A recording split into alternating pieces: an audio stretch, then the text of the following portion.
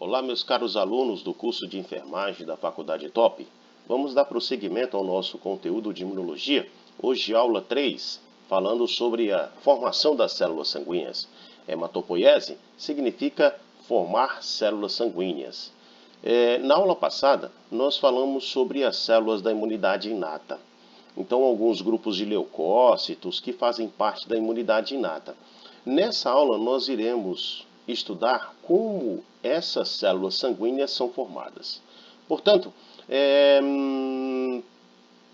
renovar células sanguíneas significa hematopoese. Então, a hematopoese nada mais é do que renovação das células sanguíneas.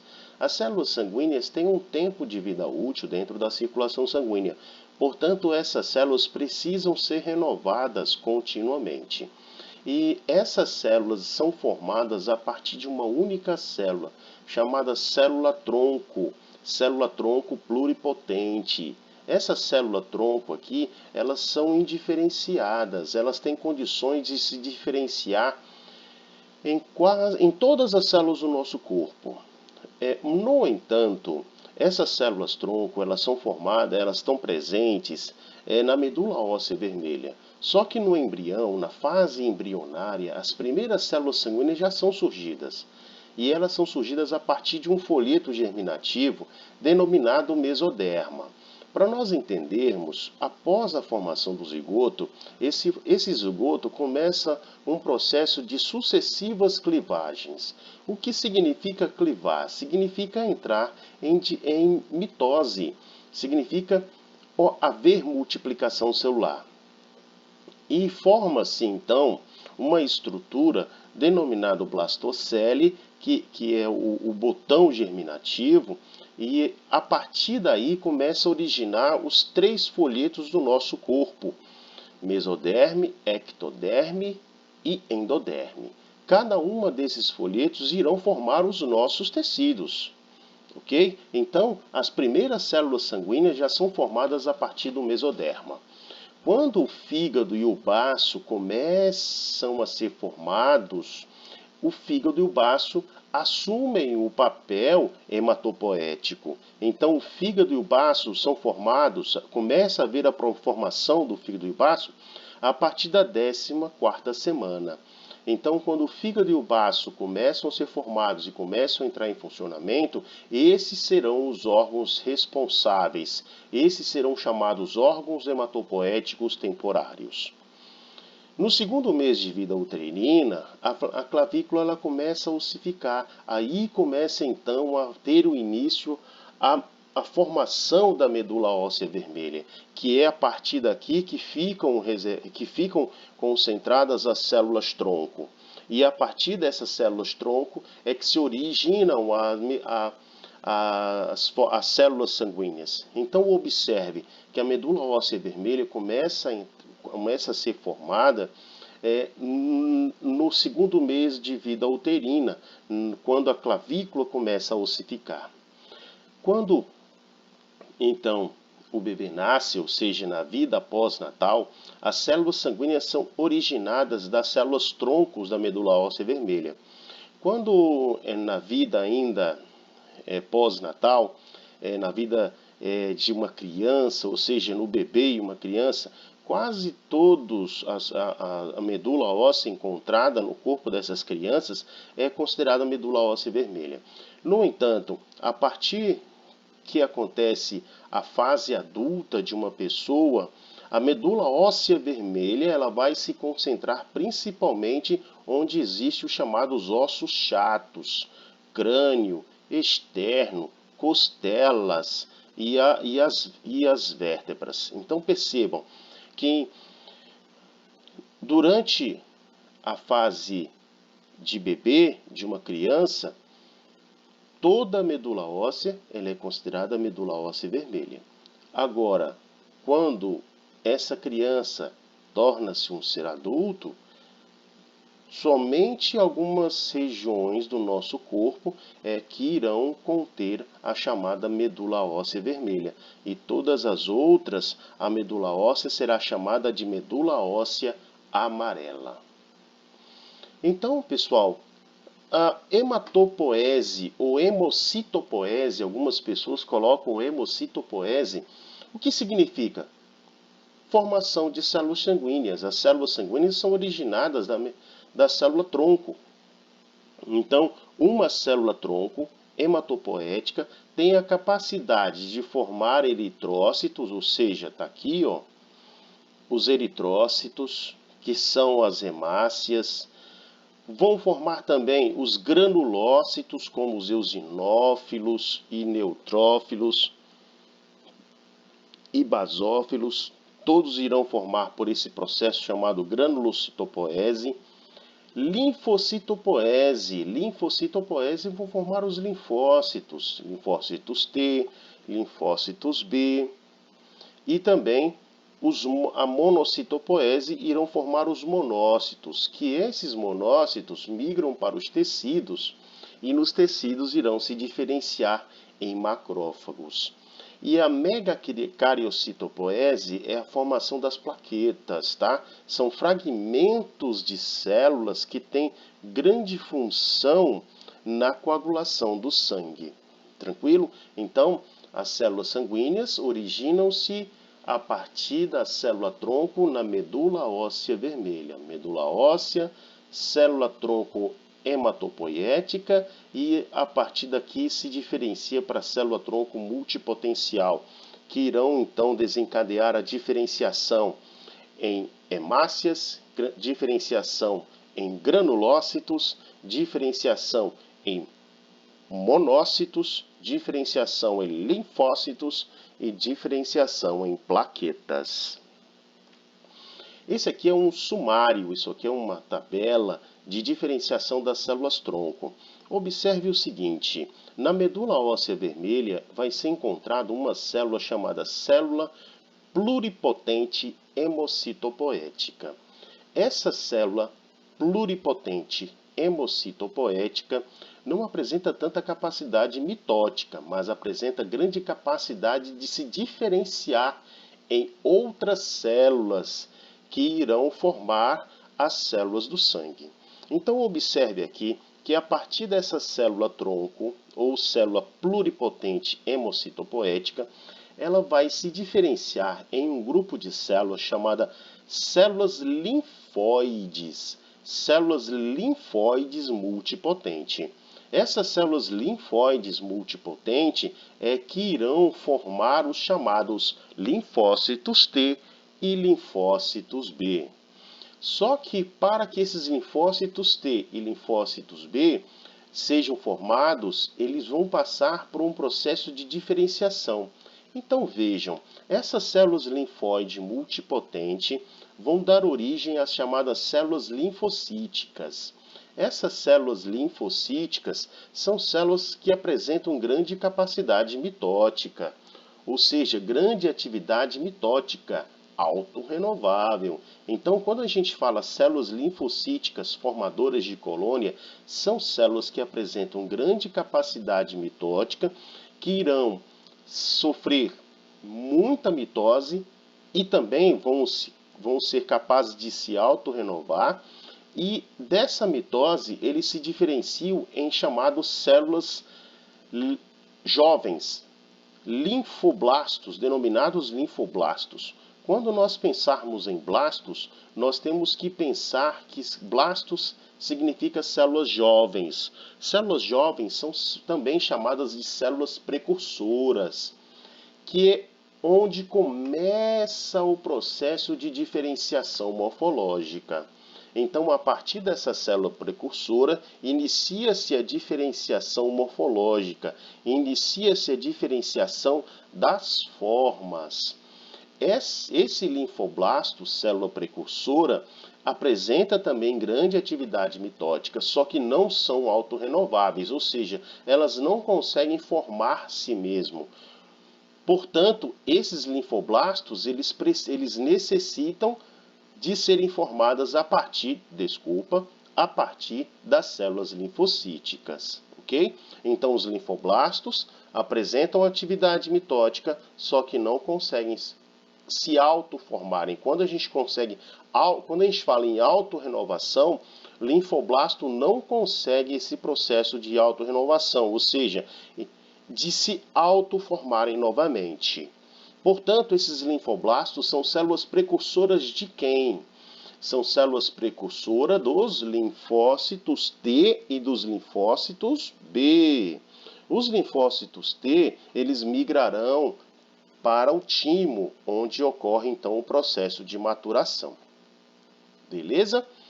Então, esse aqui é a formação dos linfócitos T e B. Linfócitos T e B originam-se de uma célula multipotente denominada célula linfóide.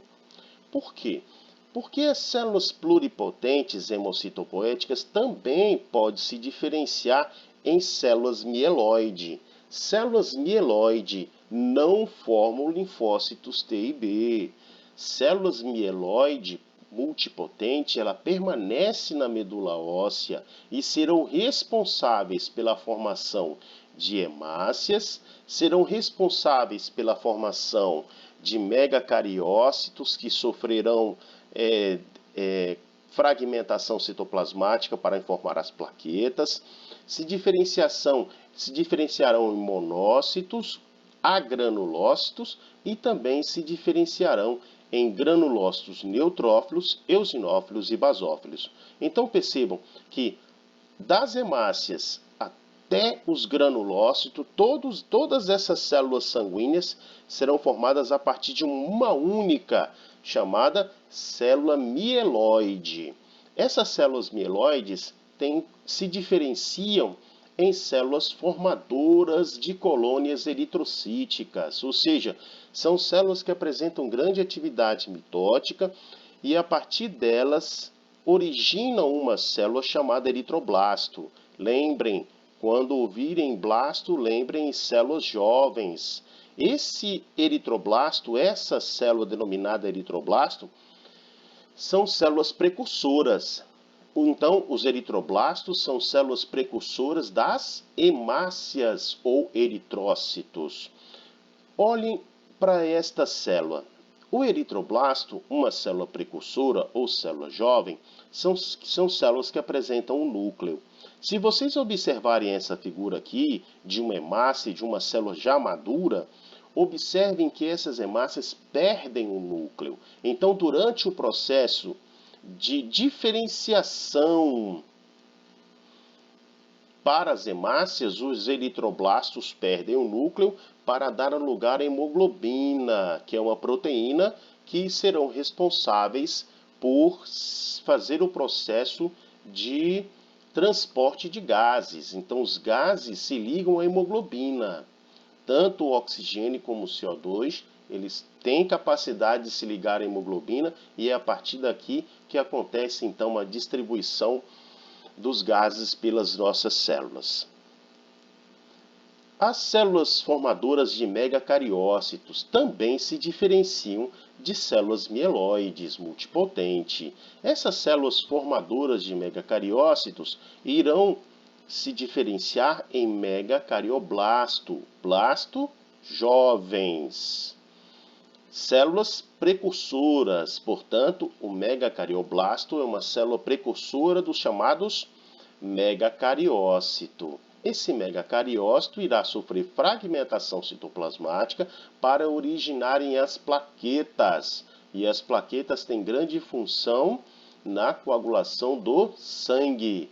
Quedas de plaqueta ou plaquetopenia torna o indivíduo muito suscetível à hemorragia.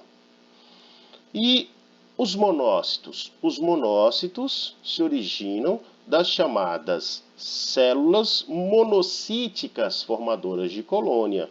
Essas células monocíticas formadoras de colônia vão primeiro dar início ao chamado promonócito. Percebam que não tem mais o nome blasto, mas sim o promonócito e se diferenciam em monócito. Vejam, pessoal, os monócitos são células que, ao passarem para os tecidos, se diferenciam em macrófagos, tá ok? Então, os macrófagos se diferenciam, se originam a partir dos monócitos que estão na corrente circulatória. E os neutrófilos? Os neutrófilos são formados a partir da chamada célula granulocítica.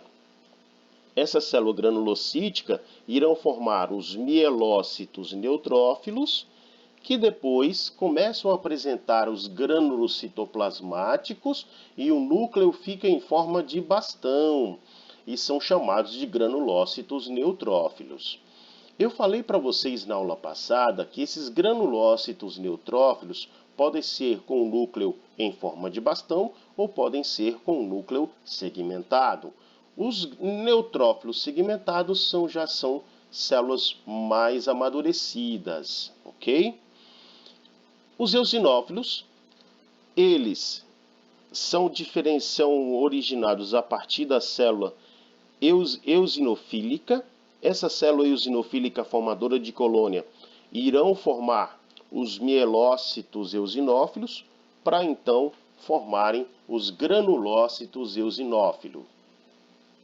Basófilo forma a partir então da célula basofílica formadora de colônia, que irão formar os mielócitos basófilo para depois então se diferenciarem em granulócitos basófilos. Observem que essas células aqui já apresentam um grânulo citoplasmático, que a sua célula precursora não apresenta um grânulo citoplasmático. Tranquilo? Então todas essas células aqui, ao se diferenciarem, irão formar esses grânulos citoplasmáticos para darem o nome de granulócito.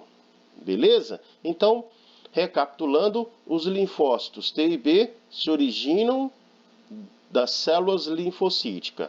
E os restantes da célula sanguínea, hemácias, plaquetas, monócitos, neutrófilos, eosinófilos e basófilos, todas essas células são originadas a partir de uma célula em comum chamada célula mieloide. Então, todas essas células são formadas das células mieloides. Agora veja o seguinte, pessoal, para que essa célula pluripotente se diferencie em linfóide ou mieloide, é necessário que haja estímulos.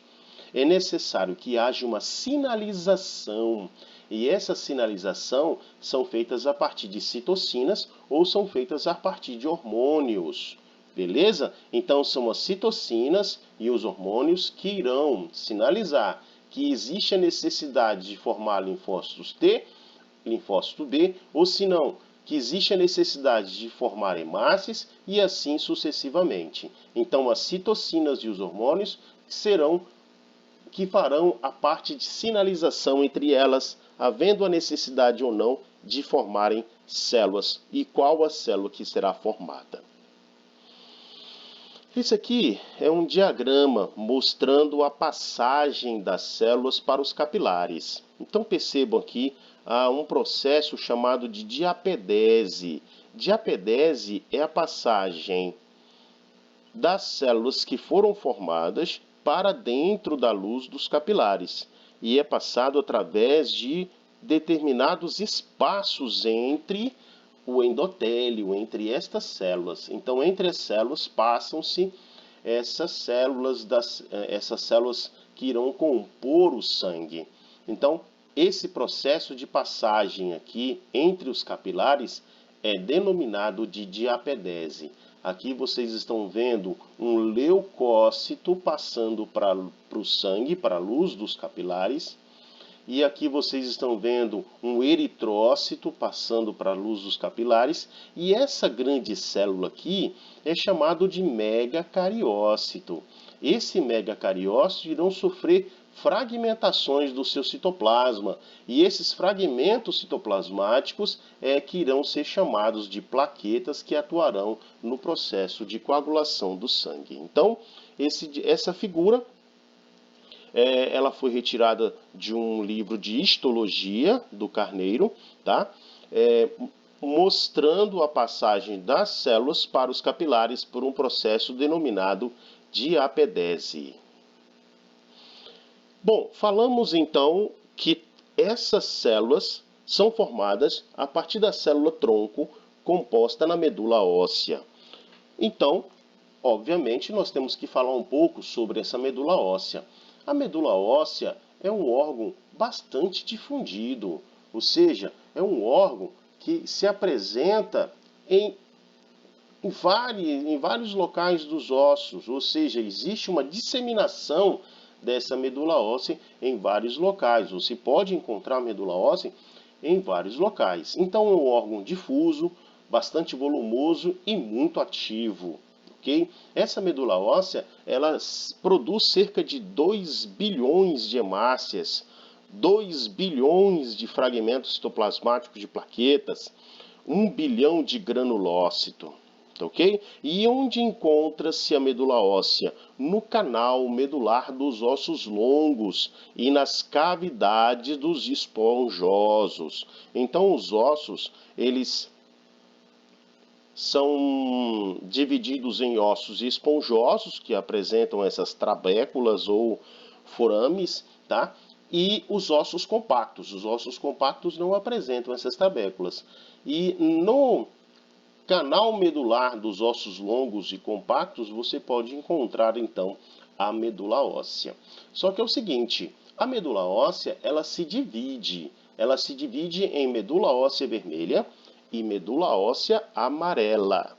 A medula óssea vermelha é a medula responsável pela produção da célula sanguínea, beleza? Então, observem, quem produz a célula sanguínea é a medula óssea vermelha, beleza? E nos recém-nascidos, toda a medula óssea encontrada nele praticamente é medula óssea vermelha.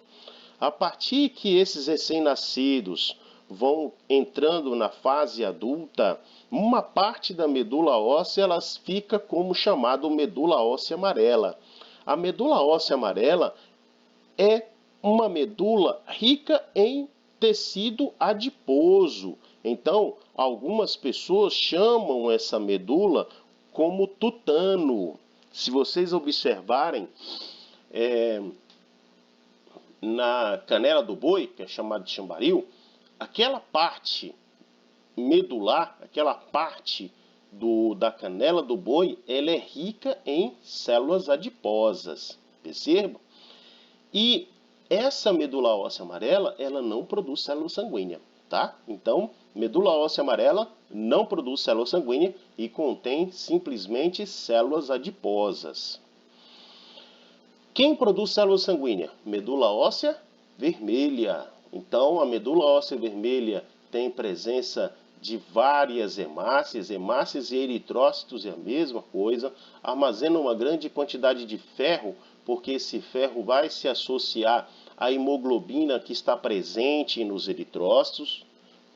Produção é o local de grande produção de célula sanguínea. Como eu já falei, no recém-nascido, toda a medula óssea ela é vermelha. E quando essa pessoa chega na fase adulta, a maior parte da medula óssea vermelha transforma-se em amarela. E quais são os ossos que vão fazer parte da medula óssea vermelha? O externo, as vértebras e as costelas. Resumidamente, os ossos chatos. Então, aqui é um osso chato, uma vértebra, um osso esponjoso. E aqui na medula óssea, essa medula óssea ela é chamada de vermelha. Também, isso aqui é uma calota craniana.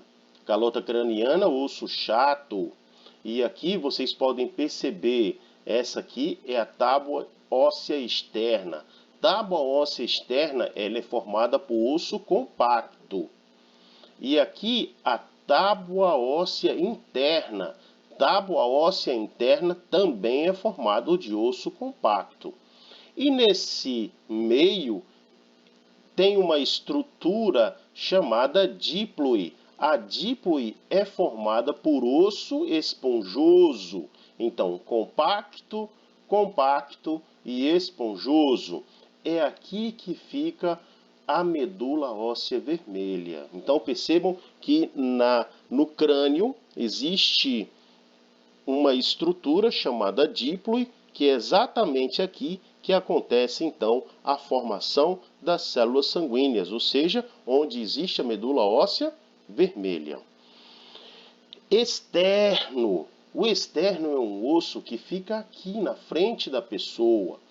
É onde se comunicam as vértebras. Então, as vértebras se ligam ao externo. E esse externo tem 3 partes: o manúbrio, o corpo do externo e o processo xifoide. Aqui tem uma região chamada de ângulo de luz. Ângulo de luz é a região onde se ligam a segunda costela, beleza? Então o externo é um osso chato e esse osso chato também apresenta medula óssea vermelha. As costelas que se ligam ao externo, todas essas costelas são chamadas de osso chato, também apresentam medula óssea vermelha. Vértebras, as vértebras também apresentam medula óssea vermelha. Então percebam que a medula óssea vermelha vai ficar confinada em determinadas regiões do esqueleto humano na fase adulta, principalmente nos ossos chatos, começando pelo crânio. Aqui, região de medula óssea vermelha, denominado de díploe. Aqui, externo, osso chato, produz também medula óssea vermelha. Costela, medula óssea vermelha. Vértebra, medula óssea vermelha. E os ossos longos? Os ossos longos vão ter, no ser humano adulto, a chamada medula óssea amarela. Por que eu falei isso, pessoal? Porque as células tronco irão formar as células do sangue. E o sangue é um elemento líquido, onde a matriz extracelular é líquida. Só que esse sangue apresentam células vermelhas, que é chamadas de hemácias. As plaquetas, que são fragmentos de células, participam do processo de coagulação sanguínea. E as células brancas são as células de defesa, que é o que nos interessa no processo imune. Todas essas células vão fazer parte de um líquido chamado sangue. Então, esses são chamados elementos figurados do sangue. Quais são os elementos figurados do sangue? Células brancas, plaquetas e células vermelhas, ok? E o sangue apresenta uma parte líquida, denominado de plasma, que é essa região aqui mais clara. O plasma origina-se do sangue não coagulado, porque se o sangue estiver coagulado, isso aqui é chamado de soro. Esse aqui é o sangue que não existe a diferenciação da parte líquida e dos elementos figurados. Se você deixar esse sangue em repouso durante algumas horas, todos os elementos figurados irão para a parte mais funda do tubo e o plasma ficará como sobrenadante. Tranquilo?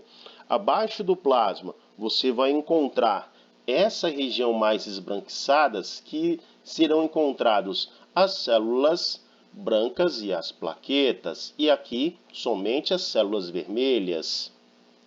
Então as hemácias todas ficarão aqui embaixo, células brancas e plaquetas nessa região e aqui o plasma. E tudo isso aqui tem hemácias, granulócitos, agranulócitos e as plaquetas.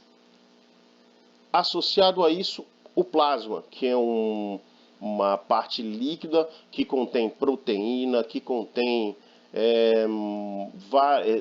sódio, contém vários outros elementos que irão fazer parte da nutrição das nossas células. Bom, eu falei de sangue exatamente para que nós tenhamos noção do que significa o sistema linfático, tá? Que é realmente uma parte que é de grande importância para a disciplina de imunologia. O sistema linfático é um conjunto de vasos que vocês podem perceber aqui, ó. esse sistema linfático, ele drena a linfa. A linfa é um líquido bastante claro que contém proteína, glicose, contém sais minerais que irão simplesmente nutrir as nossas células. Esse sistema linfático ele tem a função de drenar essa linfa, drenar esse conteúdo entre as células. E todos esses pequenos vasos irão se juntar e formar uma estrutura chamada gânglios linfáticos ou também chamados de linfonodo. Quando esses linfonodos estão inflamados, eles estão bem aumentados, que você consegue sentir a palpação. E esses vasos linfáticos irão drenar o fluido linfático dos tecidos de volta para a corrente circulatória. Tranquilo? Então, olha só o que acontece. O coração, ele bombeia o sangue e esse sangue vai para a grande circulação. Quando chegar na grande circulação, essas artérias aqui se tornam bem diminutas e entram em contato íntimo com as células. Existe, então, o extravasamento da parte líquida do sangue para o espaço tecidual. Essa parte líquida do sangue para o espaço tecidual, além de conter os leucócitos, que é de grande importância aqui, contém glicose, contém proteínas, tá? E contém sais minerais que irão nutrir, além de oxigênio, que irão nutrir essas células. No entanto, esse líquido que fica no espaço entre as células precisam retornar à circulação sanguínea, ok? Aquela parte que não retorna à circulação sanguínea, ela é drenada pelos vasos linfáticos. Esses vasos linfáticos se unem aqui formando um linfonodo. Esse linfonodo contém linfócitos e células de defesa que irão fazer a parte de filtração desta linfa. Então percebam que a linfa apresenta uma circulação unidirecional, ou seja, sempre em um só sentido. E essa linfa irão desembocar em ductos, que esses ductos irão se desembocar aqui nas veias cavas, na subclávia. Essas veias subclávia retornam o sangue, então, para o coração pela veia cava, ok? Então, aqui fica um zoom dessa região que eu expliquei para vocês. Percebam, as artérias vindo da grande circulação, essas artérias se tornam bem diminutas ao ponto de serem chamados capilares. Aqui acontece a troca, ou seja, a parte líquida do sangue vem para esses espaços entre as células. Esses espaços entre as células é chamado de espaço intersticial, tá? Ou também chamado de espaços tissulares. Então, esses espaços intersticial é o espaço que contém esse líquido e esse líquido passa para dentro das células para nutrir as células. No entanto, uma parte desse líquido ele precisa retornar aos capilares venosos para voltar à circulação sanguínea. A parte dos líquidos que ficarem aqui ainda entre as células, que não retornarem aos capilares venosos, são capturados pelos vasos linfáticos, ok? E esses vasos linfáticos é que simplesmente retorna essa linfa para de volta à grande circulação. Tranquilo? Bom, o que acontece muitas vezes, pessoal, que existe um acúmulo muito grande de líquido nesses espaços. Aí esse acúmulo grande de líquido entre esses espaços são chamados de edema, beleza? Então, edema é um acúmulo de líquido entre esses espaços celulares. Então, falando do sistema linfático, nós temos que falar dos órgãos linfáticos. Os órgãos linfáticos primários. Os órgãos linfáticos primários são órgãos que têm o objetivo de formar e diferenciar células chamadas de linfócitos.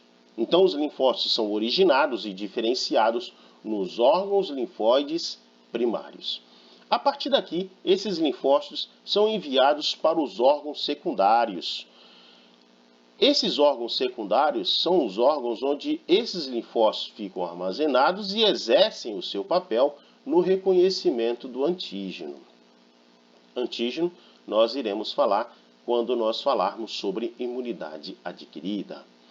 Quais são os órgãos primários? Timo, essa região que fica aqui próximo do externo, tá? Esse é o órgão primário, é o órgão que os linfócitos T ganham os receptores, ou seja, ganhar receptores significa amadurecimento.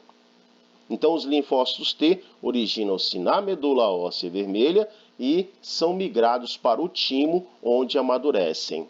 Então, a medula óssea vermelha e o timo são órgãos linfóides primários.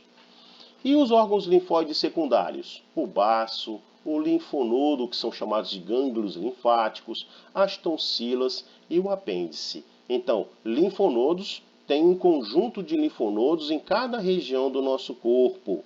Então, existem linfonodos na região do pescoço, existem linfonodos na região da virilha e existem linfonodos na região das axilas e assim sucessivamente. Então, esses linfonodos também apresentam linfócitos T que irão fazer o processo de reconhecimento do antígeno. O baço também é um órgão linfóide secundário. Apêndice, que muitas pessoas falam que é uma tripinha que não tem nada a ver, que não executa muito papel no nosso corpo. Sim, o apêndice também é chamado de órgãos primários, órgãos linfóides secundários. Me desculpem. Então, isso aqui é apenas uma figura, tá? Só para exemplificar o processo de apedese. Então, o que é diapedese, pessoal? Diapedese é a passagem, tá, da célula sanguínea por entre as células do endotélio. Então, o monócito que está na corrente circulatória passam pelo endotélio através de um poro, pelo um processo chamado diapedese. E é aqui que eles irão nos tecidos formarem os chamados macrófagos teciduais, tá? Esses macrófagos teciduais também produzem grande quantidade de citocinas para fazerem sinalização entre eles. Beleza? Terminamos a nossa aula de hemocitopoese, tá? E na próxima aula nós iremos falar um pouquinho sobre o processo inflamatório. Eu deixei no portal para vocês um capítulo de um livro chamado Hematopoese, tá? Regulação e microambiente, tá? Esse capítulo foi escrito por Helder Henrique e Eduardo Magalhães. Também tem lá uma parte sobre imunidade, introdução ao sistema imune, e tem um livro na biblioteca virtual chamado ABAS, de Imunologia Médica, Imunologia Celular e Molecular. Até às 7h30 da noite. Obrigado, fiquem com Deus.